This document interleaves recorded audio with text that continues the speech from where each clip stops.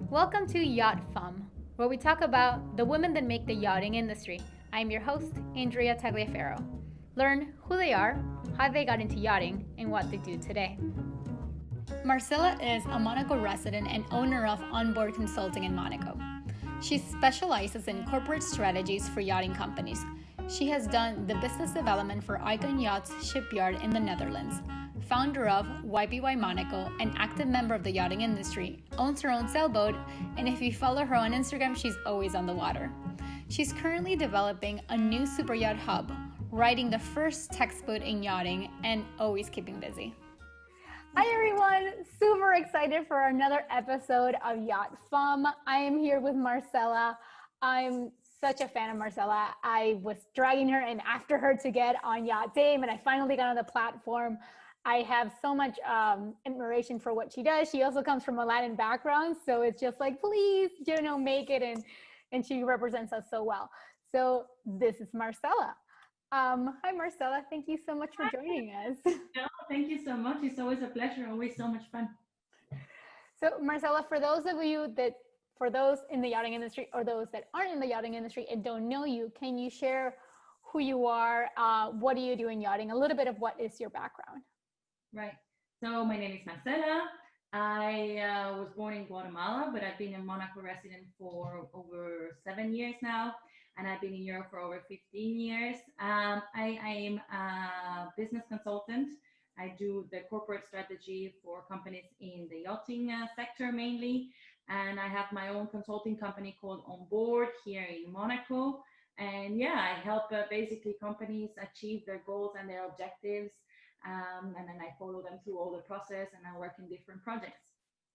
Super cool. That's actually how we met.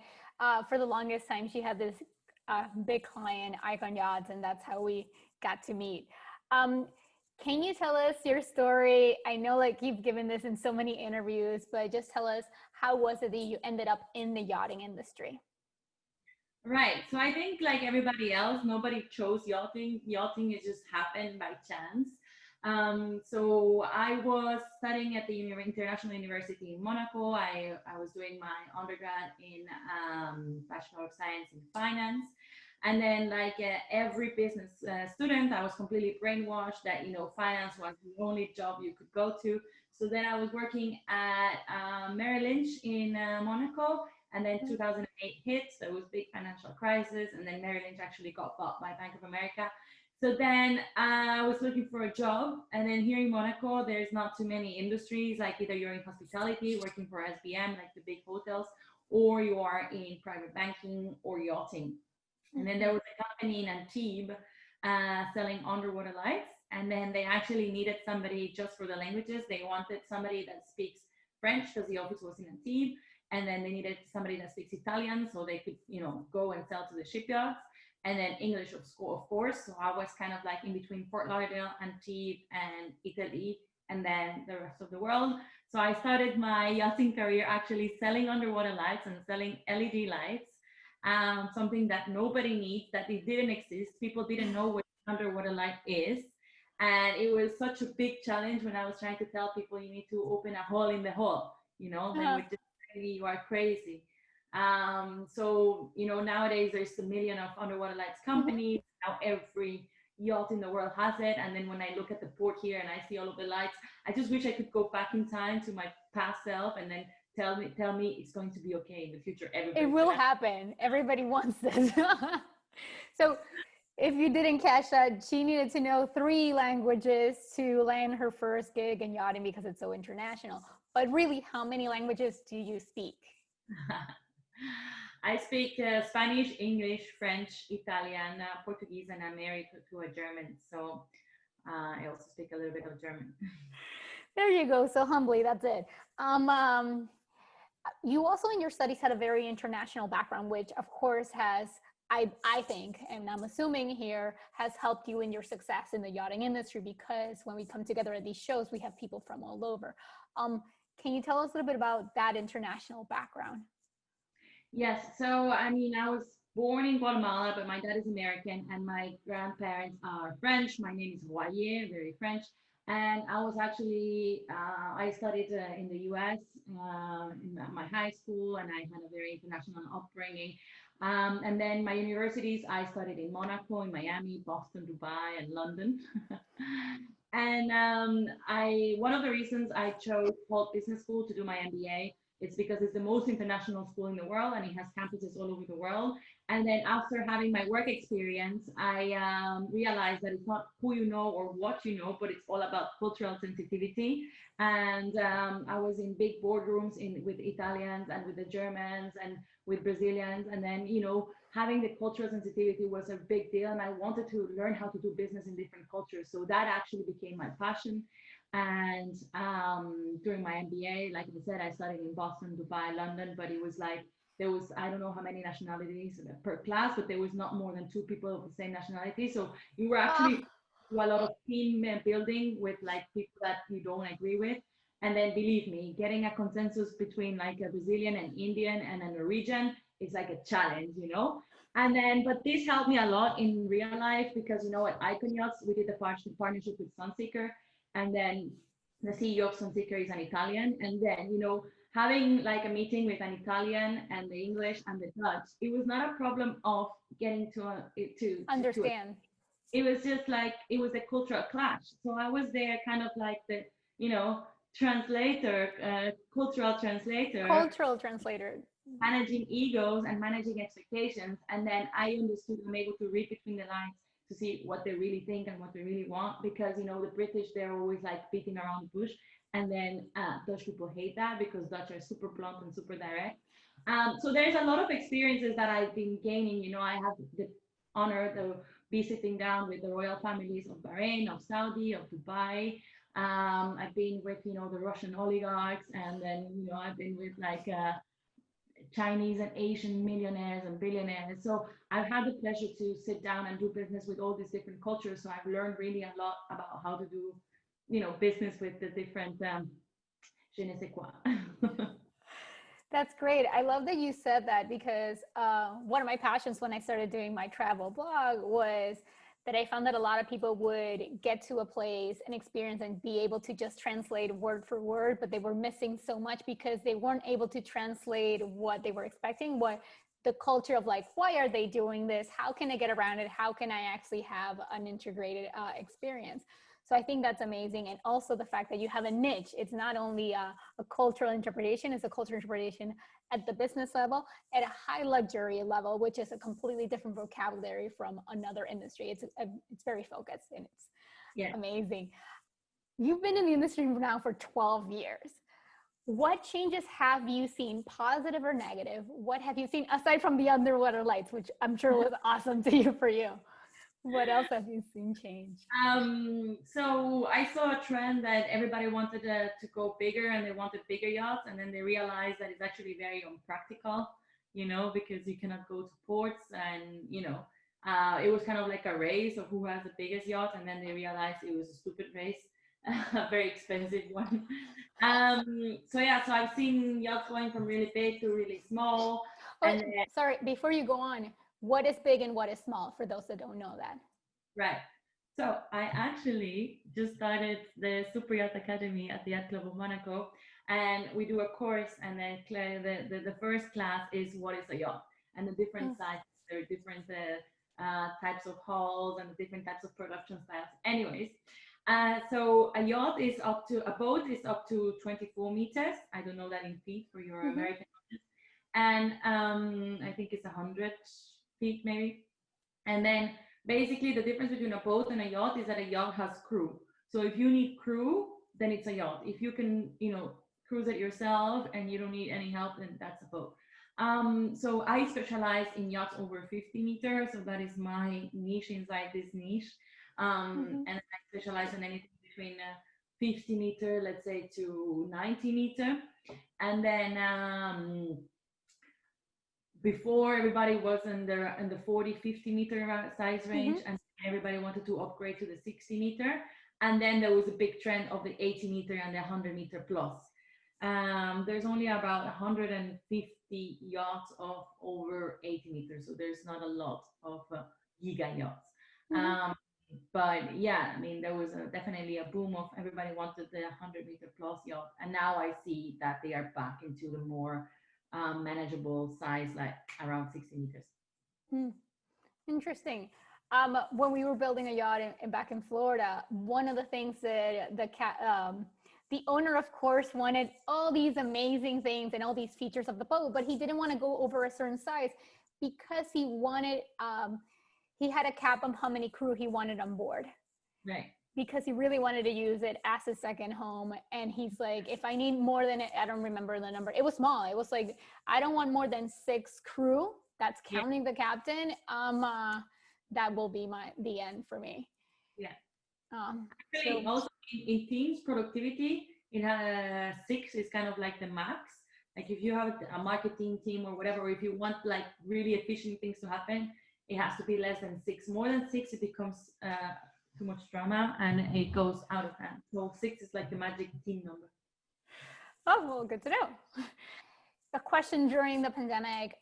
We've seen, of course, many changes in New York, here in Monaco, but a lot of people have streamlined their productivity and their production, and a lot of positive new restructuring we have seen. So what changes have you done for yourself in your business that you're forced because of the pandemic, and which ones of those are so positive that even when we leave the pandemic, you will continue doing them? All right. So from a personal side, um, I changed who I am. I'm like 2 different people because I used to live on a plane. So I was working in the Netherlands from Monday to Thursday, and then I would be in Monaco on the weekends. But because I was always traveling, doing all of the boat shows all over the world, I was literally living on planes. And then not traveling for 3 months, like I am seriously like a new human being, really. Like I am just like, and then I started having a morning routine, which I never had. My life was super stressful. Early alarms, catching flights, catching a taxi, going to meetings and tubes and underground and Mm-hmm. And now I have like a really good morning routine. So I wake up and then I do some meditation, then I do sports, and then I take a very cold shower. And these little things have actually like boost my productivity levels, and I just feel like I'm riding like this wave of things just happening super good, and me being rested and me being super, just like I start the morning good, and then I fast, meaning that I don't eat until like 1 or 2 o'clock, and then the mornings I'm just super super productive. So I would love to continue my morning routines, and I think yeah, that actually really really changed, and affecting my personal, but it also affects my professional life. In terms of business, having virtual calls. Yesterday I was on a phone call with in an interview with Ocean Co, the big Mm-hmm. ship in the Netherlands. And then I asked him the same question, and he says that actually, in terms of output and efficiency, they are more efficient now doing home office than working in the shipyard, because he was against home office forever. Like people will Mm-hmm. ask, like, "Can I work from home today?" And he would be like, the grin, and he would be like, "No, like we're building a shipyard here. You need to be here." But actually, having like a Monday morning team meeting where everybody kind of has like a very short moment to just say what they're working on and what are they doing and what are the tasks for this week, just increases productivity, because the problem at the big shipyard is that nobody knows who's doing what. Everybody assumes somebody else did it, so there's a lot of mistakes and a lot of error, because you're just like, oh well, I thought you were doing it. And then people don't talk because they're all in their silos and they're all in their bubbles, and they're so busy and so stressed. So having like these Monday morning calls that everybody knows who's doing what, and then they have like this meeting minutes. So even if it's like a director meeting, all of the minutes go to everybody, so everybody actually knows what's going on. And also it's more accountability, because then next Monday you have to say, well, what did you achieve last week, right? And then if the tasks you wanted last week have been achieved. So actually, in terms of productivity and efficiency, smart working is more and more efficient. Yeah, I do love that a lot of people that were against the working from home. I've worked from home for so many years because it also as a consultant, I only had to be at the shipyard if I actually wanted to, but I liked the environment, so I was there most of the time. But I'm so used to, you have to make your own structure. You have to make your own morning routine and get yourself ready for the day. Because if not, everything feels like you're always playing catch up. And Yeah. I love having one morning routine. When I don't, I literally feel like I'm like behind something and it's never in my control. Yeah. That's for me what I feel. So can you give us a scoop and tell us what projects are you currently working on? So right now I am developing a new super yacht hub in Genoa. So I'm working with two big companies. There are families they're really big in yachting. So it's the Amico family who own Amico and Co, which is the biggest refit shipyard in Italy and one of the best ones in the Mediterranean. And then Pesto Sea Group, which are the biggest yacht agents. And they are agents in Italy, but they also, Pesto Sea Group owns Marina Monovecchio, which is the marina in the center of town in Genoa. So together we're going to restructure everything, and there's a lot of investments and a lot of new projects that we're working on making Genoa a new super yacht hub. So we're going to build an entire crew village around it. So Wow. providing all of the services. So in the winter, yachts can come there, and it can be like a winter hotspot. So yeah. So to get to know you a little bit more, can you tell us something that we wouldn't know normally about you? A hobby, a passion, an interest? By the way, before she answers, she's super active on Instagram, really sharing her lifestyle. So make sure to follow her. We will have all her links so you can follow everything on all her social media platforms because she is active on a diverse of them. So I don't want you to miss out. But continue, Marcela. I was gonna say, like, my hobby is my blog. So yeah, I mean, I'm a business consultant, and then how it all started was because I was traveling so much around the world, and then I was always posting like my travel tips because I lived on a plane, and then I was posting about yachts and about how the yachts are being built, and people just loved it, and they were asking for more and more, and then yeah, and then there were subjects that the media was not touching. That I was speaking with yacht owners and brokers, and they were asking me stuff, and then I thought, well, I'll just put it down and I'll share it to you. And then everybody was just asking me like, oh, I'm going to Saint Tropez, where should I go? I'm going to Monaco, where should I go? Where are the best places to have lunch? And I was just like, instead of repeating myself all the time, I'm just gonna put like a blog where people can just go. So it's like an inner circle of like recommendations and stuff like this. So then this is how I started. So it started as a hobby, and now it's just booming and it's great. But yeah, I am also a professor at the International University of Monaco, where I teach masters in luxury goods, and there we have a specialization in yachting. So I have 60 students this cluster. It's super exciting. It's really nice. And then we teach everything, about yachting and luxury marketing. And then on the weekends, I'm also teaching at the yacht club. We're doing corporate trainings for CEOs, but I'm also doing the Super Yacht Academy, which is a new academy where new brokers or new people in the industry that want to understand the entire industry from a 360 point of view can understand who are the shipyards, who are the designers, vocabulary. So I do all of the yachting terminology, and basically basics on naval architecture, basics on engineer. What do you need to know? What is stability, port side, starboard, how to the difference between like gross tonnage and volumes and stuff like this, just like the basics that everybody in yachting should know. So yeah, so then I literally from now until December, I'm working every evening on my book, and then on Friday nights I'm teaching at the university, and on the weekends I'm working at the yacht club. So I have no life, and I'm a mom, and I have a 1-year-old baby. Yeah, well, that could be the hobby you guys didn't know. Aside from all the work that she's squeezing in hobby time, she also has a baby. Yeah. So that was a lot from Yeah. current projects, past projects. So I know this may be a very hard question for you because you definitely have achieved a lot of different things. Can you pinpoint like your proudest day in yachting, or like one thing you're like, that was me? I think my proudest day will be when I launch my book. So my proudest day is yet to come. Right now I have a vision, and I'm just super focused, and I'm just like, I just really, really want to finish it. But I mean, looking back, I started with the YPY, Young Professionals in Yachting, in Fort Lauderdale and then in Monaco. And then,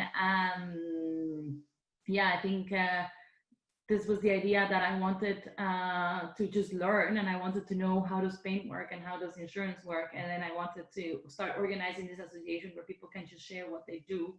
And this industry is not what you know but who you know, so I wanted to, everything that I needed would just be like one phone call away. So this is why, I started with YPY, which now is a global association. And yeah, it's super great to see what it became. In terms of what I've been proud of, I mean, I've sold some new build projects, some big yachts. I've done a lot of refits. So in terms of sales track record, I am also, super proud at what have I achieved. But I'm looking forward for my next goal, and I think once I'm done with that, then that is going to be my proudest day. So we'll put a pin on that one because it just keeps going and going. So that's amazing. This is the problem, once you have a goal, then you set up another goal. Like I remember after my MBA, I'm like, this is it, because I'm this like, overachiever, kind of like a goal addicted. And then after my MBA, I was like, this is it. I'm gonna calm down. And after this, because I put myself into really high levels of stress. And I was like, after this, I'm really going to have like a downhill type of lifestyle, and then So yeah, I've had many of those like, yes, I made it. And then like a month later, I was like, okay, now I'm bored. Now let's teach ourselves how to blog. Now I'm bored. Let's teach ourselves how to build a website. While I'm doing that was when I was building a yacht, because it was just like there was still more time. And actually, now there was still more time, I would have nightmares that I wasn't doing enough. yeah. So I'm sure you get those as well. We already got some great advice from you, and so many of your projects are already helping new people and people in the industry to actually develop more of their knowledge. So we have tons of advice from you, but from your experience, maybe we can get some don'ts. Like if I'm new to the industry, these are typical things that newbies do that they should really not do. Don't get drunk in business cocktails. I mean, our industry is very social, and you will always like, you need to remember that we are in the entertainment and leisure touristic industries, right? So a yacht, nobody needs a yacht. We're dealing with people's toys, and it's fun. So don't forget that it's fun, but be careful because, of course, because of the nature of it being fun, there's a lot of parties, events, and cocktails, but it's still business. So it doesn't matter if you're in a boat show or if you're in a cocktail or if you're in an event or an open house or whatever. There's always drinks and the bar is always open, but just pace yourself because it's very embarrassing when you see people in the industry that, after 3 4 classes, they're either talking too much or something that they shouldn't. So I mean, just, always remember that you're still wearing your professional hat. And like you said, Andrea, in the beginning, the industry is very small, and then, you can it takes a lot of time to build a reputation, but it takes a second to destroy it. So yeah, just yeah. That's great. I've heard a lot, especially from consultants, that, oh, you have these great luxurious like cocktail event that you have. That was like, that is a work event masquerade as entertainment. You're Yeah. always representing your brand. I also know from a couple of companies, even if they're like, blowout, this is a party for you guys.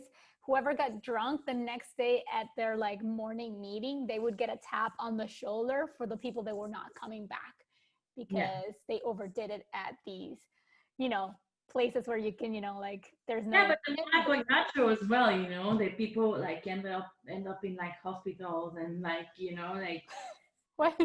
morning they're completely destroyed. Like it's a yacht show. It's 3 days that you need to represent yourself professionally. And then in Monaco, you just like, everybody's like, oh, I'm so hungover. Oh, I'm so tired. And they're not performing and they're not giving their best because they're tired and they're hungover. And I think this is just such a lack of professionalism. I don't respect that.